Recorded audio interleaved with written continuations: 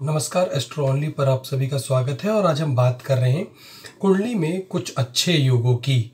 कुछ खास मैसेज हमारे पास आए हैं लोगों के, और उसके साथ साथ हम एक कुंडली यहाँ पर फ्री भी देखेंगे।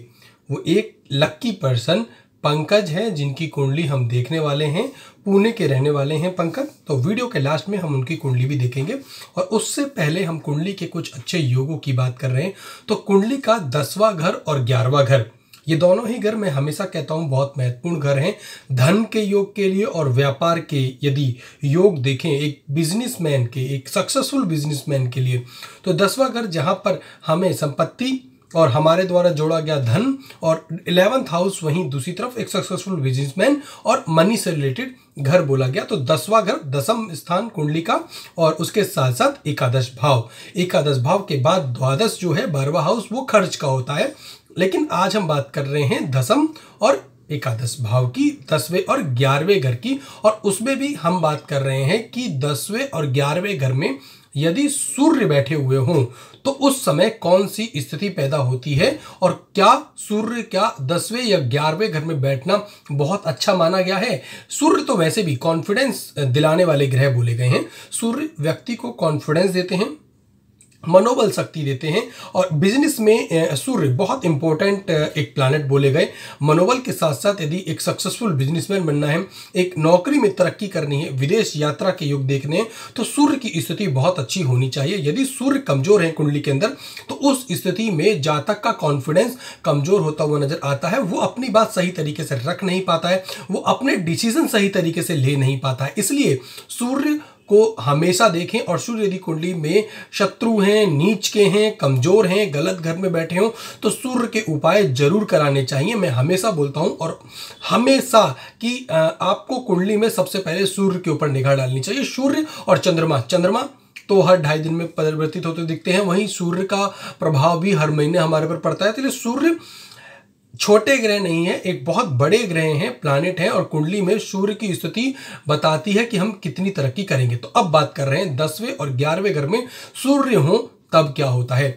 जातक की जन्म कुंडली में जब 10वें और 11वें घर भाव में सूर्य हो, ठीक है, ये एक अच्छा 10वां घर में बैठे हुए हो सूर्य, या 11वें घर में बैठे हुए हो, ये एक बहुत अच्छा योग है धन योग के लिए, और उसके साथ साथ सक्सेसफुल बिजनेसमैन के लिए।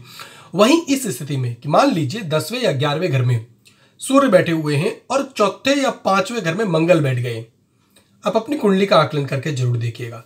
10वें या 11वें घर में सूर्य हो, चौथे या 5वें घर में मंगल हो, तो यह या फिर यही स्थिति विपरीत हो जाए, 10वें या 11वें घर में मंगल हो जाए, चौथे या 5वें घर में सूर्य हो जाए, तो वह व्यक्ति सरकारी नौकरी, सरकारी पदों पर, उच्च पदों पर, बड़े पदों पर, डिप्लोमेसी जैसी चीजों में, राजनीतिक, राजनेता, और उसमें भी सरकारी पदों पर, अहम ओहदे पर बैठता हुआ नजर आता है। और उसके साथ साथ बहुत सारी धन संपदा वो जोड़ता हुआ, अर्जित करता हुआ नजर आता है। 10वें या 11वें घर में सूर्य, चौथे या 5वें घर में मंगल, या फिर 10वें या 11वें घर में मंगल, चौथे या 5वें घर में सूर्य। ये स्थिति सरकारी नौकरी के योग, उच्च पद के योग बनाती है। सरकारी ओहदा, उच्च पद पर बैठना, और उसके साथ साथ बहुत सारी संपत्ति, मतलब राजा महाराजा जैसी जिंदगी सूर्य और मंगल का ये योग एक तरीके से बनाता हुआ नजर आता है। अब सेकंड कंडीशन बात कर लेते हैं। जिन जातकों की कुंडली में मंगल चौथे स्थान पर हो, सूर्य 5वें स्थान पर हो, और गुरु 11वें या 5वें भाव में हो, तो उस जातक के पास पैतृक संपत्ति का भंडार होता है। बहुत सारी पैतृक संपत्ति वह लेता हुआ दिखता है। खेती, जमीन, बड़ी भूमि का मालिक होना, आलीशान घर होना, कोठी जिसे हम कहते हैं वो होना। तो जातक की कुंडली में यह कब होता है? जातक की कुंडली में मंगल को देखो, सबसे पहले मंगल चौथे भाग में होना चाहिए, सूर्य 5वें भाग में होना चाहिए, और गुरु 5वें या फिर 11वें भाग में हो। ठीक है, गुरु कहाँ हो? 11वें या 5वें भाग में। सूर्य कहाँ हो? 5वें भाग में। और मंगल कहाँ हो? चौथे भाग में। तो अपार धन संपत्ति, पैतृक संपत्ति, बहुत बड़ी जमीनों का मालिक वो होता हुआ नजर आता है। अब बात कर लेते हैं एक और। जन्म कुंडली में यदि 10वें भाव का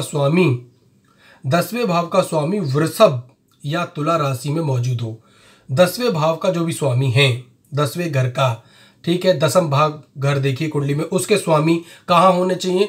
वृषभ या तुला राशि में मौजूद हो, और शुक्र या 7वें एवं 10वें भाव का स्वामी दशम सप्तम योग बनाता हो, 10वें भाव का स्वामी वृषभ या तुला राशि में मौजूद हो और शुक्र या फिर 7वें भाव का जो भी स्वामी है वो 10वें भाव में हो, शुक्र 10वें भाव में हो या फिर 7वें भाव का जो स्वामी हो वो दशम भाव में हो, तो उस स्थिति में दशम सप्तम योग बनता है। और ये योग क्या करता है, इस योग के बाद जातक विवाह के बाद अपने जीवन साथी की कमाई से धनवान बनता हुआ नजर आता है। इस स्थिति को एक बार फिर से समझें कि 10वें भाव का स्वामी 10वें घर में जो भी राशि हो उसका स्वामी कहाँ हो, वृषभ या तुला राशि में हो, पहली चीज।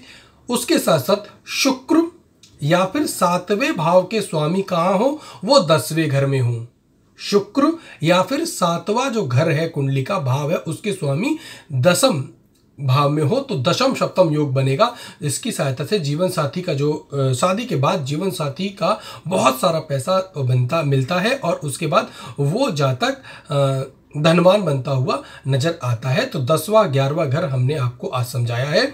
उसके साथ साथ हमने ये भी बताया है कि 10वें भाव के स्वामी कहाँ होना चाहिए, मंगल किस तरीके से होना चाहिए, और उसके साथ साथ सूर्य की स्थिति बताई है। तो ये 3 योग हमने बताए हैं आपको, एक बार फिर से जल्दी जल्दी देख लीजिए। 10वें या 11वें भाव में सूर्य हो, 5वें भाव में मंगल हो तो सरकारी पदों पर बैठता है वह व्यक्ति, बहुत सारी धन संपदा के योग बनते हैं। इसके बाद हमने बताया कि कुंडली में मंगल 4थे भाव में हो, सूर्य 5वें भाव में हो, गुरु 11वें भाव में हो तो पैतृक संपत्ति बहुत ज्यादा मिलती है, बहुत बड़ी जमीनों का मालिक होता है, अपार जमीन होती है, खेती की खूब बड़ी कोठियां होती हैं, बहुत पैसा होता है।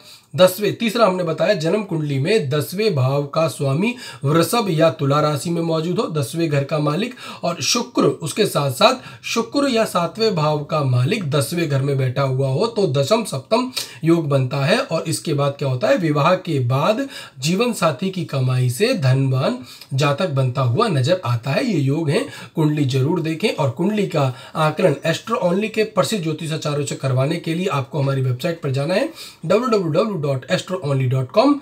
बहुत ही जल्द अपनी मोबाइल ऐप हम लॉन्च करने वाले हैं, उससे पहले हमारा यूट्यूब चैनल सब्सक्राइब कर लें ताकि ज्योतिष और धर्म से जुड़ी हुई महत्वपूर्ण जानकारियां आपके